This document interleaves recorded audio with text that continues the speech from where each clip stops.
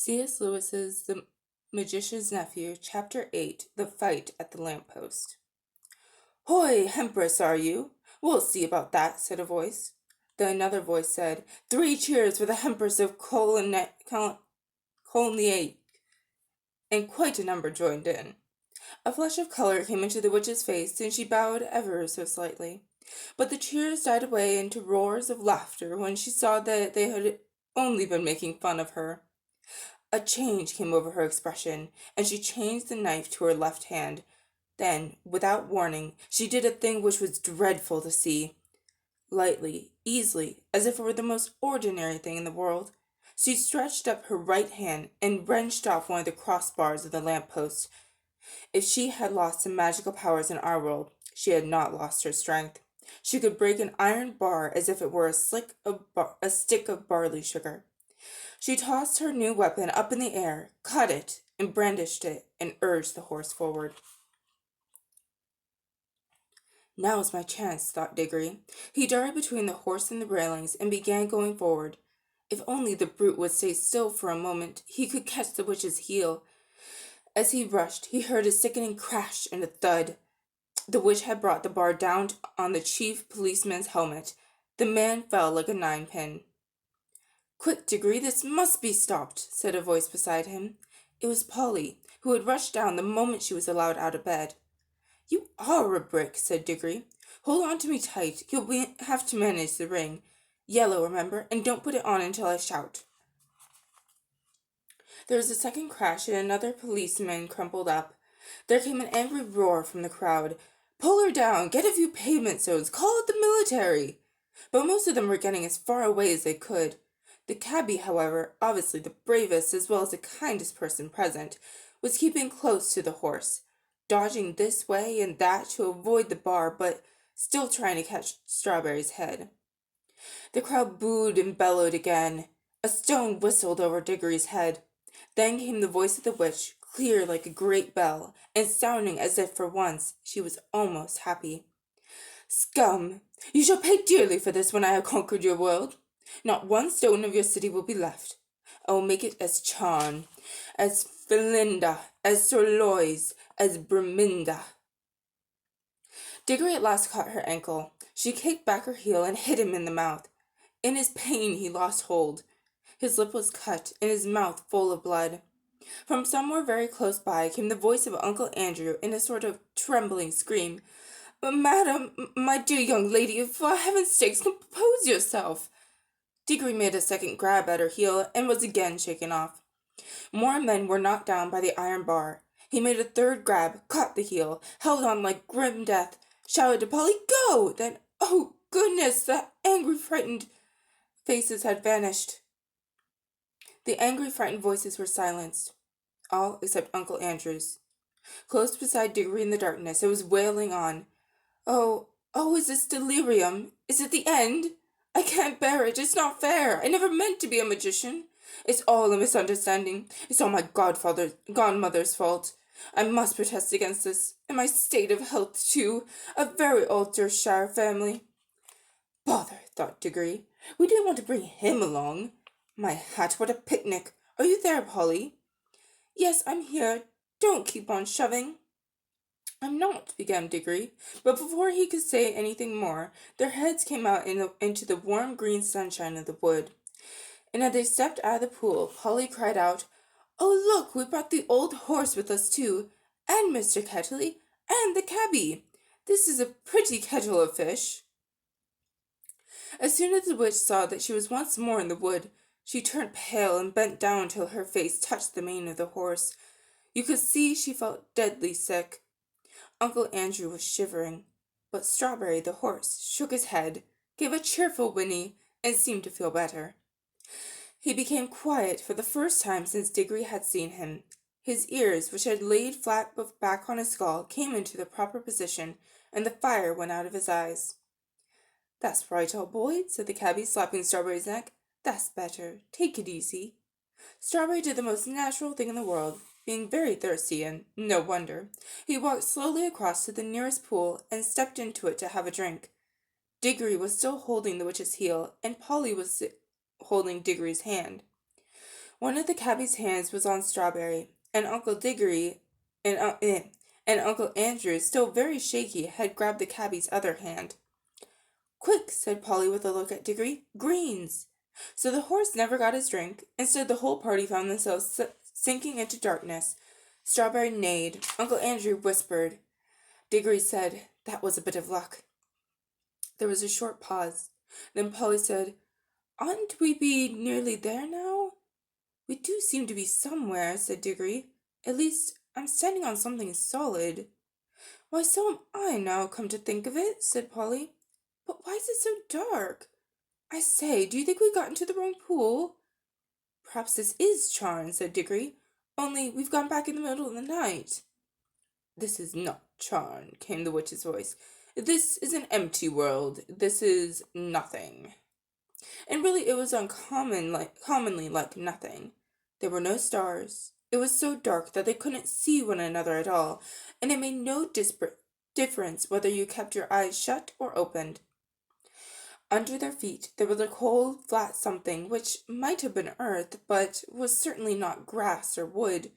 The air was cold and dry, and there was no wind. "My doom has come upon me," said the witch in a voice of horrible calmness. "Oh, don't say that," babbled Uncle Andrew. "My dear young lady, pray don't say such things. It can't be as bad as that.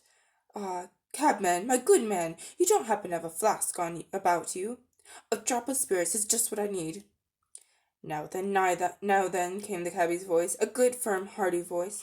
"Keep cool, everybody, that's what I say. No bones broken, anyone? Good. Well, there's something to be thankful for straight away, and more than anyone could expect after falling out all that way. Now, if we've fallen down some diggings, as it might be for a new station on the underground, someone will come and get us out presently, see? And if we're dead, which I don't deny it might be, well, you got to remember the worst things that happen at sea, and a chap's got to die sometime, and there ain't nothing to be afraid of if a chap's led a decent life. And if you ask me, I think the best thing we could do to pass the time would be to sing an hymn." And he did. He struck up at once a harvest Thanksgiving hymn about the crops being safely gathered in. It was not very suitable to a place which felt as if nothing had ever grown there since the beginning of time, but it was the one he could remember best. He had a fine voice, and the children joined in. It was very cheering. Uncle Andrew and the witch did not join in. Toward the end of the hymn, Diggory felt someone plucking at his elbow from a general smell of brandy and cigars and good clothes. He decided it must be Uncle Andrew. Uncle Andrew was cautiously pulling him away from the others. When he had gone a little distance, the old man put his mouth so close to Diggory's ear that it tickled, and whispered, "Now, my boy, slip on your ring. Let's be off." But the witch had very good ears. "Fool!" came her voice, and she leaped off the horse. "Have you forgotten that I can hear men's thoughts? Let go of the boy. If you attempt treachery, I will take such vengeance upon you as never was heard of in all the world from the beginning. And," added Diggory, "if you think I'm such a mean pig as to go off and leave Polly, and the cabby, and the horse, in a place like this, you're well mistaken." "You are a very naughty and impertinent little boy," said Uncle Andrew. "Hush," said the cabby. They all listened. In the darkness something was happening at last. A voice began to sing. It was very far away, and Diggory found it hard to decide from which direction it was coming. Sometimes it seemed to come from all directions at once. Sometimes he almost thought it was coming out of the earth beneath them. Its lower notes were deep enough to be the voice of the earth herself. There were no words, there were hardly even a tune, but it was beyond comparison the most beautiful noise he had ever heard. It was so beautiful he could hardly bear it. The horse seemed to like it too.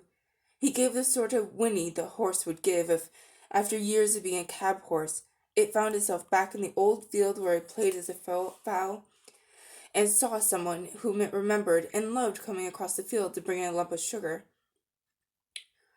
"Goodness," said the cabby, "ain't it lovely?" Then two wonders happened at the same moment. One was that the voice was suddenly joined by other voices, more voices than you could possibly count. They were in harmony with it, but far higher up the scale, cold, tingling, silvery voices. The second wonder was that the blackness overhead, all at once, was blazing with stars. They didn't come out gently one by one as they do in the summer evening. One moment there had been nothing but darkness. Next moment, 1,000,000 points of light leaping out, single stars, constellations of planets, bigger and brighter than anything in our world. There were no clouds. The new stars and the new voices began at exactly the same time. If you had seen and heard it as Diggory did, you would have felt quite certain that it was the stars themselves which were singing, and that it was the first voice, the deep one, which had made them appear and made them sing. Glory be, said the cabby, I hain't been a better man all my life if I'd known there were things like this. The voice on the earth was now louder and more triumphant, and the voices in the sky, after singing loudly with it for a time, began to get fainter. And now something else was happening. Far away and down near the horizon, the sky began to turn gray. A light wind, very fresh, began to stir. The sky in that one place grew slowly and steadily paler. You could see shapes of hills standing up dark against it. All the time the voice went on singing. There was soon light enough for them to see one another's faces. The cabby and the two children had open mouths and shining eyes. They were drinking in the sound, and they looked as if it reminded them of something. Uncle Andrew's mouth was open too, but not open with joy. He looked more as if his chin had simply dropped away from the rest of his face. His shoulders were stooped, and his knees shook. He was not liking the voice.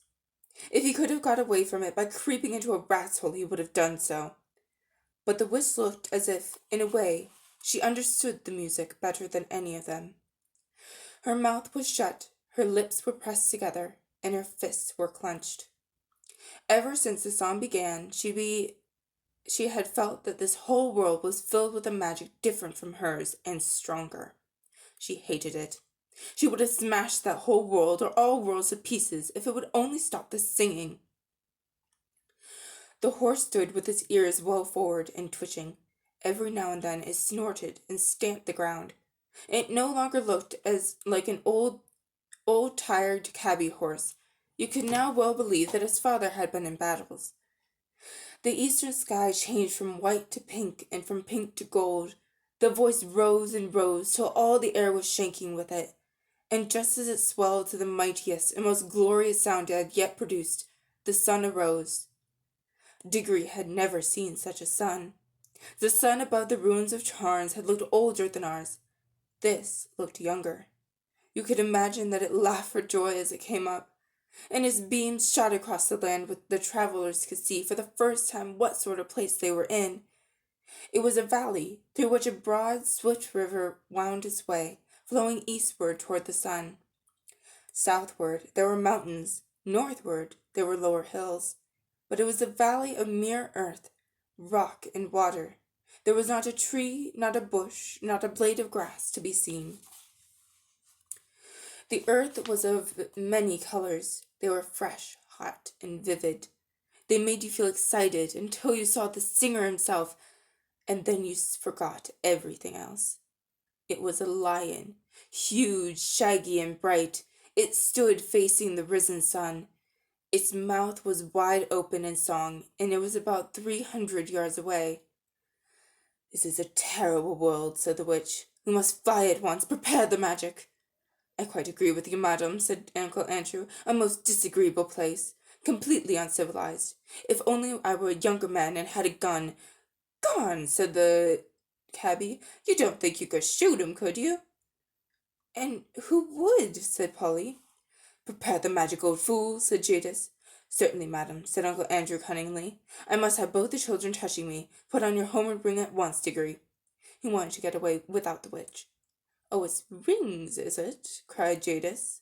She would have had her hands in Diggory's pocket before you could say knife, but Diggory grabbed Polly and shouted out, Take care! If either of you come an inch nearer, we two will vanish, and you'll be left here for good. Yes, I have a ring in my pocket, and I will take just Polly and me home. And look, my hand is just ready, so keep your distance. I'm sorry about you. He looked at the cabby. And about the horse, but I can't help that. As for you two, he looked at Uncle Andrew and the Queen, you're both magicians, so you ought to enjoy living together. Hold your noise, everybody, said the cabby. I want to listen to the music.